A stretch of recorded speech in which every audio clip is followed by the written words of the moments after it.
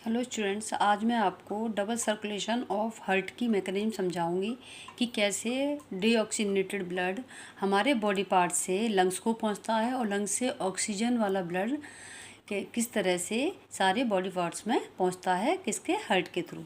ठीक है, ये सारी मैकेनिज्म को मैं बताती हूँ आपको। देखो, सबसे पहले क्या होता है कि हम सांस लेते हैं। इससे क्या हुआ, सांस लेने से लंग्स में ऑक्सीजन पहुंची। ऑक्सीजन में एल्वियोलाई जो होते हैं, छोटे छोटे वैल्यूम लाइक स्ट्रक्चर, यहाँ से डिफ्यूजन के द्वारा सारी ऑक्सीजन कहाँ पहुंच गई, ब्लड में पहुंच गई। ठीक है, अब लंग्स से ब्लड को कहाँ पहुंचाया जाता है, ऑक्सीजन रिच ब्लड जो होता है लंग्स में वो पहुंचाया जाता है पल्मोनरी वेन के थ्रू लेफ्ट एट्रियम में। हमारे हार्ट में 4 चैम्बर होते हैं।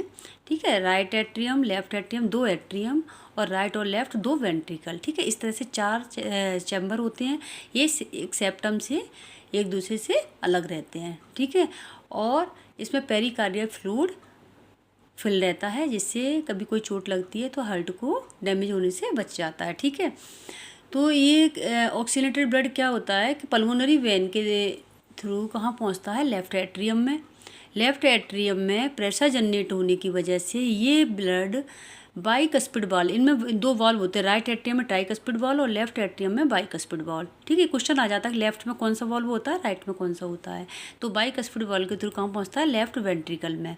लेफ्ट वेंट्रिकल में जब प्रेशर जनरेट होता है तो ये सेमीलुनर वाल्व जो होते हैं, ये लेफ्ट वेंट्रिकल में ये ओपन हो जाते हैं और ब्लड सारा ये कहाँ पहुँच जाता है, बॉडी पार्ट्स में। ठीक है, बॉडी पार्ट्स में क्या होता है, डीऑक्सीनेटेड ब्लड होता है। ये डिफ्यूजन के द्वारा कहाँ पहुँच जाता है, एक लार्जेस्ट वेन होती है वेना केवा, वो क्या करती है, ऑक्सीनेटेड ब्लड तो यहाँ बॉडी पार्ट्स में पहुँचा, किसे, सिस्टेमेटिक एओर्टा के थ्रू पहुँचा।